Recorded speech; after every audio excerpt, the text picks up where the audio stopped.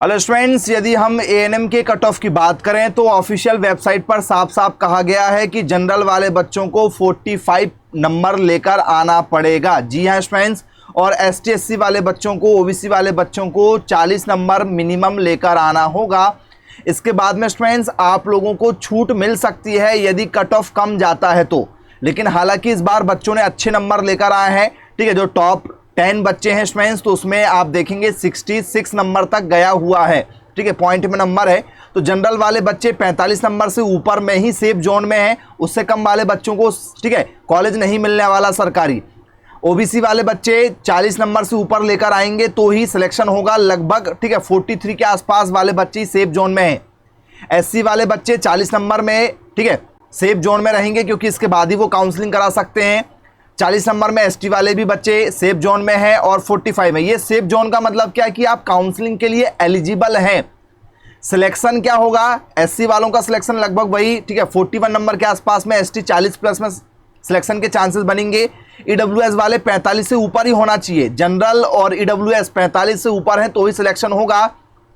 मैं आपको एग्जाम्पल के थ्रू बता देता हूं।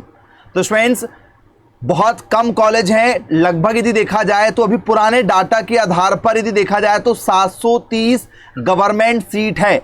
ऑफिशियल अभी तक कुछ भी नहीं आया है कि एएनएम में कितने कॉलेज पार्टिसिपेट कर रहे हैं, सरकारी कॉलेज में कितनी सीटें हैं, अभी कुछ भी ऑफिशियल नहीं आया हुआ है। पुराना डाटा जो है उसके आधार पर हम आपको बता रहे हैं कि लगभग 730 सीटों के आसपास में है।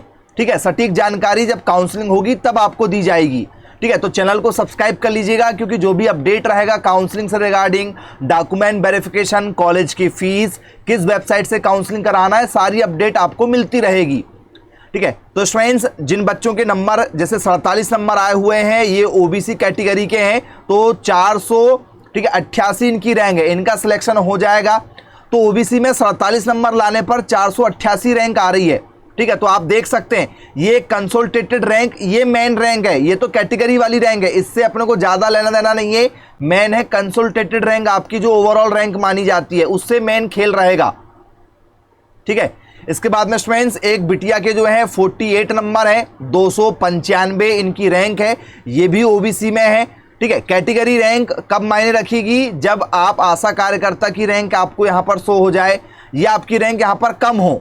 ठीक है, तब उसको हम लोग कंसिडर कर सकते हैं। बाकी कंसोलिडेटेड रैंक ही देखकर आपको ठीक है क्लियर करना है। ओबीसी में एक और बच्चा है जिसकी जो रैंक है बिटिया की 182 रैंक है 50 नंबर में।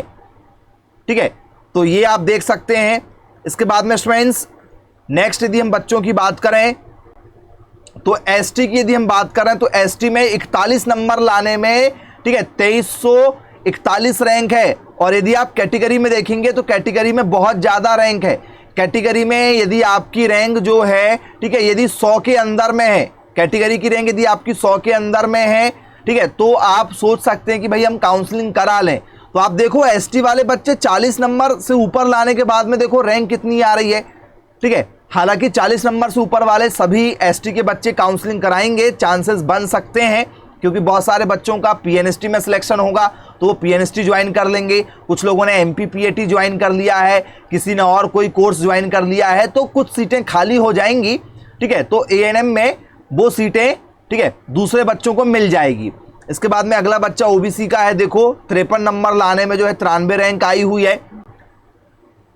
इसके बाद में स्टूडेंट्स अगला बच्चा फिर ओबीसी का है, 34 नंबर लाने में देखो 10,000 रैंक पहुंच गई। तो इन बच्चों का सिलेक्शन नहीं होगा, ये हमने आपको कट ऑफ सटीक बता दिए हुए हैं। ठीक है, इसके बाद में कट ऑफ की जानकारी ठीक है आप लोगों को और कहीं से लेने की जरूरत नहीं पड़ेगी, क्योंकि सटीक जानकारी हमने दे दी है।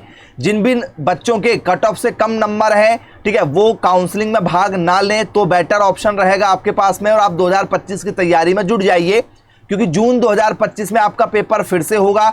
यदि आप एग्जाम क्रैक करना चाहते हैं तो आप साइंस ज़ोन एकेडमी के माध्यम से ऑनलाइन कोचिंग कर सकते हैं। तो मिलेंगे फिर ऐसी अपडेट के साथ में। लेटेस्ट अपडेट के लिए चैनल को सब्सक्राइब कर लीजिएगा, क्योंकि काउंसलिंग से रिगार्डिंग कोई भी अपडेट आपसे मिस ना हो। धन्यवाद।